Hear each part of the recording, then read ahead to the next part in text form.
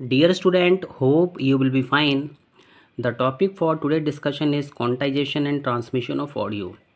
Quantization, जैसा कि इस वर्ड के लिटरल मीनिंग से ही मुझे पता चलता है कि यहाँ पर जो भी हमारे पास में डेटा होगा, जो भी हमारे पास में क्वांटिटी होगी, उसको हम सैम्पल्ड फॉर्म में लेंगे और ये हमारा क्वांटाइजेशन कहलाता है।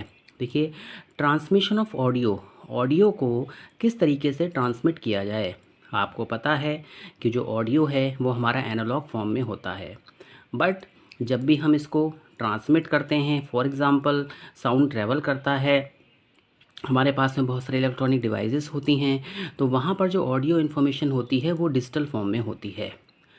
Students, in order to transmit audio information must be digitised. अगर आप ऑडियो इन्फॉर्मेशन को ट्रांसमिट करना चाहते हो तो ये जो इन्फॉर्मेशन है डिजिटल वे में होनी चाहिए।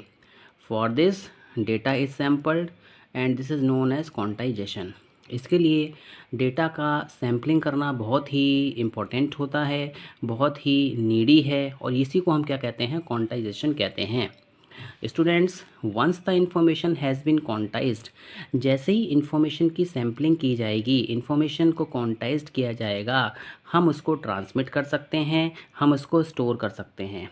तो students, literally we can say that quantisation means the sampled information, or we can say that we have different quantities and each quantity is sampled according to their relative data and this is known as quantization.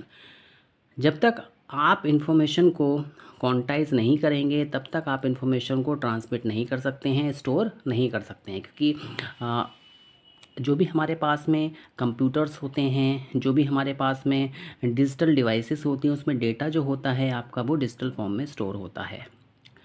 Students, transmission of audio में हमारे पास में coding of audio एक most important topic है।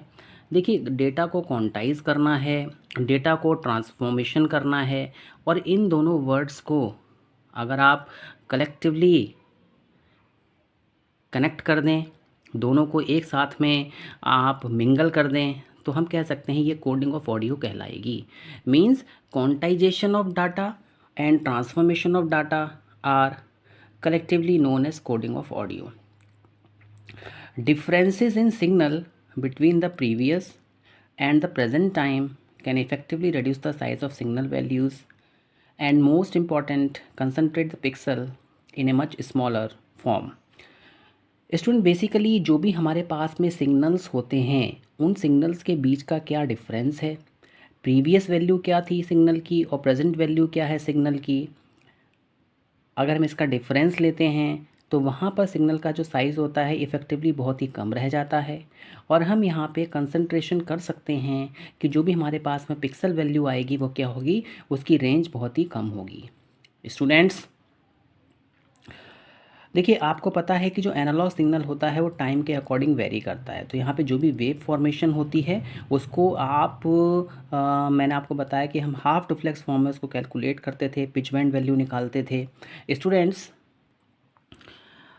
इन general producing quantized sampled output for audio is called pulse code modulation.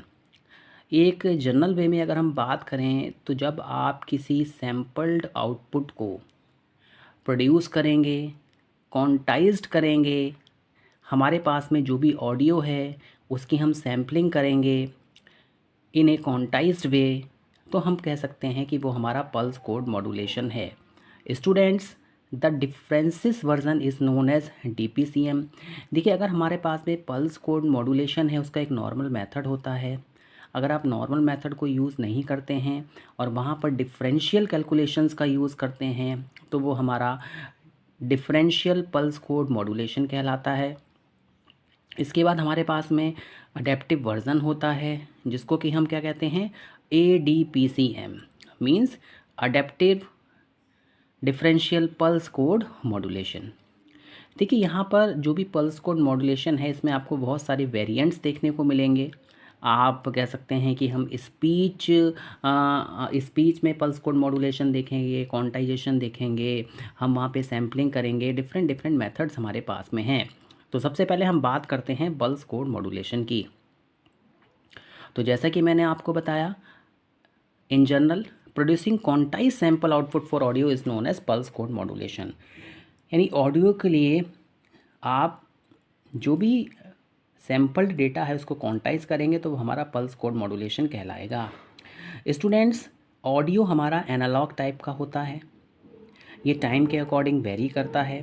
यहाँ पे आपको एक स्टैटिक वेव नहीं मिलती है, हमेशा उसकी वैल्यू कहीं ना कहीं चेंज हो रही होती है। Students, we know that the basic technique for creating digital signal from analogue one consist of sampling and quantisation. हमारे पास में कुछ बेसिक टेक्निक्स हैं जिसके थ्रू आप डिजिटल सिग्नल को क्रिएट करते हैं। हम ये कह सकते हैं एनालॉग से डिजिटल सिग्नल को प्रोड्यूस किया जाएगा, उसको क्रिएट किया जाएगा और यहाँ पर सैम्पलिंग और क्वांटाइजेशन एक मेजर रोल प्ले करेगा। तो स्टूडेंट्स, हमारे पास में जो ऑडियो है वो एनालॉग टाइप का है, बट इस ऑडियो को हम कन्वर्ट कर सकते हैं डिजिटल सिग्नल्स की फॉर्म में with the help of sampling and quantization. यही हमारा कहलाएगा पल्स कोड मॉड्यूलेशन, जो आपको बताया गया था क्वांटाइज सैंपल आउटपुट। स्टूडेंट्स, अगर हम सैम्पलिंग की बात करें तो सैम्पलिंग इनवेरिएबली करी जाती है और एक इसका यूनिफॉर्म वे होता है। यहाँ पर हमारे पास में एक सैम्पलिंग रेट होता है कि हमें 20 सैम्पल्स या 20 यूनिट्स को कंबाइन करना है, 30 यूनिट्स को कंबाइन करना है, 40 यूनिट्स को कंबाइन करना है। तो यहाँ पर जो भी सैम्पलिंग की जाती है वो यूनिफॉर्मली की जाती है और यहाँ पर जितनी भी हमारे पास में सैम्पलिंग रेट्स होते हैं उन सब के लिए एक एक वैल्यू प्रोड्यूस होती है। Students, in the magnitude direction हमारे पास में यहाँ पे दो चीज़ें होंगी, एक तो हमारे पास में मैग्नीट्यूड होगा, दूसरा हमारे पास में सैम्पलिंग रेट होगा। तो अगर हम मैग्नीट्यूड डायरेक्शन में डेटा को क्वांटाइज करते हैं जिसमें हमारे पास में बहुत सारे ब्रेक पॉइंट्स आते हैं, यहाँ पे रीमैपिंग की जाती है वैल्यूज़ की, हम इंटरवल को सिलेक्ट करते हैं। स्टूडेंट्स, यहाँ पर जो हमारे पास में सेट ऑफ इंटरवल्स आते हैं, जो बाउंड्रीज आती हैं, इनको हम डिसीजन बाउंड्रीज कहते हैं और हमारे पास में रिप्रेजेंटेटिव वैल्यूज़ आती हैं जो हमारे रिकंस्ट्रक्शन लेवल्स होते हैं। स्टूडेंट्स, यहाँ पर दो चीज़ें होती हैं, एक हमारे पास में कोडर मैपिंग होती है और एक हमारे पास में क्या होती है, डिकोडर मैपिंग होती है। देखिए, coder mapping plus decoder mapping आपके रिकंस्ट्रक्शन लेवल्स कहलाते हैं। Students, quantizer for input interval that will all be mapped into the same output level form a coder mapping। देखिए, coder mapping का बेसिकली मतलब क्या है कि जब हम डेटा को क्वांटाइज करेंगे तो जो भी हमारे इनपुट इंटरवल्स होंगे उनको मैप किया जाएगा सेम आउटपुट लेवल्स के लिए और यही हमारा कोडर मैपिंग कहलाता है।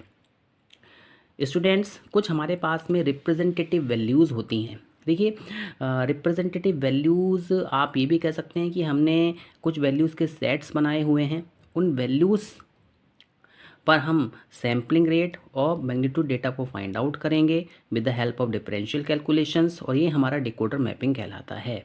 मीन्स जो भी हमारे पास में रिप्रेजेंटेटिव वैल्यूज़ हैं आउटपुट वैल्यूज़ के रिगार्डिंग, वो हमारी डिकोडर मैपिंग कहलाती है।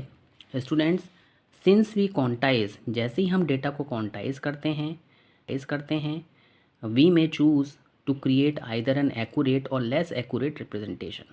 देखिए, जब भी कोई सैम्पलिंग रेट हम लेंगे तो सैम्पलिंग रेट जो होता है वो आपका वेरी करता रहता है। कहीं पर हमने 20 यूनिट्स का सैम्पलिंग रेट लिया है, कहीं पर हमने 30 यूनिट्स का लिया है, कहीं पर 15 यूनिट्स का लिया है। तो यहाँ पर जब आप डाटा को क्वांटाइज करेंगे तो यहाँ पर आपके पास में या तो हो सकता है कि एक्यूरेट रिप्रेजेंटेशन आ जाए या फिर आपके पास में लेस एक्यूरेट रिप्रेजेंटेशन आए किसी भी साउंड मैग्नीट्यूड वैल्यू का। तो student, finally we may wish to compress the data और यहाँ पे फाइनल जो हो हम डेटा को कंप्रेस करते हैं। यहाँ पे एक बिट स्ट्रीम को अप्लाई किया जाता है, इसमें हमारे पास में प्रिवलेंट सिग्नल्स वैल्यूज़ होती हैं। स्टूडेंट्स, जो हमारी कंप्रेशन टेक्निक होती है, जितनी भी हमारी कंप्रेशन स्कीम्स हैं उसमें 3 स्टेजेस होती हैं। एक हमारे पास में ट्रांसफॉर्मेशन होता है, दूसरा हमारे पास में लॉस होता है, तीसरा हमारे पास में कोडिंग होता है। तो सबसे पहले हम ट्रांसफॉर्मेशन की बात करते हैं। देखिए, the input data is transform to a new representation that is easier or more efficient to compress. जो भी हमारे पास में इनपुट डेटा होगा जब हम उसको ट्रांसफॉर्म करेंगे न्यू रिप्रेजेंटेशन में तो वो इजी होगा हमें कैलकुलेट करना, मोर एफिशिएंट होगा, जिसको कि हम इजीली कंप्रेस कर सकते हैं। ठीक है, आगे जाके हम कुछ न्यूमेरिकल्स को देखेंगे। हमारी जो प्रिडिक्टिव कोडिंग होती है वहाँ पे हम पहले से ये प्रिडिक्ट करते हैं कि जो हमारा नेक्स्ट सिग्नल होगा और जो हमारा प्रीवियस सिग्नल था उनके बीच में वैल्यूज़ का कितना डिफरेंस है और यहाँ पे क्या प्रिडिक्शन एरर आ सकती है।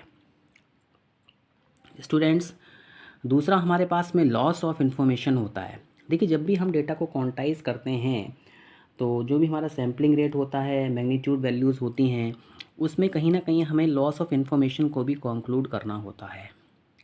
Quantization is the main lossy step. आगे हम लॉसलेस कपलिंग देखेंगे तो जो क्वांटाइजेशन है वो आपका एक लॉसी स्टेप है, मतलब यहाँ पे कहीं ना कहीं इन्फॉर्मेशन का लॉस होगा। हम यहाँ पे limited number of reconstruction levels का यूज़ करेंगे जो कि हमारे ओरिजिनल सिग्नल से क्या होंगे, कम होंगे। मैंने आपको बताया रिकंस्ट्रक्शन लेवल्स में हम कोडर मैपिंग का और डिकोडर मैपिंग का यूज़ करते हैं। Student, therefore quantization necessitate some loss of information. It means quantization में कहीं ना कहीं हमें लॉस ऑफ इन्फॉर्मेशन देखने को मिलता है। नेक्स्ट स्टूडेंट, हमारे पास में कोडिंग आती है। देखिए, जितने भी हमारे आउटपुट लेबल्स होते हैं, जितने भी हमारे आप कह सकते हैं सिंबल्स हैं, एक्चुअल में वो हमारे क्या है, बाइनरी बिट स्ट्रीम है जिसमें कि हम असाइन करते हैं कोड वर्ड को और यही हमारा कोडिंग स्टैंडर्ड कहलाता है। तो हम कह सकते हैं ये हमारा एक फिक्स्ड लेंथ कोड है या फिर वेरिएबल लेंथ कोड है जिसे हम हफमैन कोडिंग भी बोलते हैं। स्टूडेंट्स, जितने भी हमारे ऑडियो सिग्नल्स होते हैं उसमें सबसे पहले हमें डिजिटाइजेशन मेथड को कंसीडर करना होता है। यहाँ पर हम लॉसलेस प्रिडिक्टिव कोडिंग और इसके साथ साथ में डिफरेंशियल पल्स कोड मॉड्यूलेशन को भी कंसिडर करते हैं जिसमें कि हमारे पास में डिफरेंशियल मेथड कैलकुलेशंस होती हैं। स्टूडेंट, सिंपल फॉर्म में हम ये कह सकते हैं कि जो भी हमारा पल्स कोड मॉड्यूलेशन मेथड है वो एक जनरल टर्म है या फिर एक फॉर्मल टर्म है जिसमें कि सैम्पलिंग एंड क्वांटाइजेशन किया जाता है ऑडियो सिग्नल्स का। Hope you have understood this lecture. Thank you very much.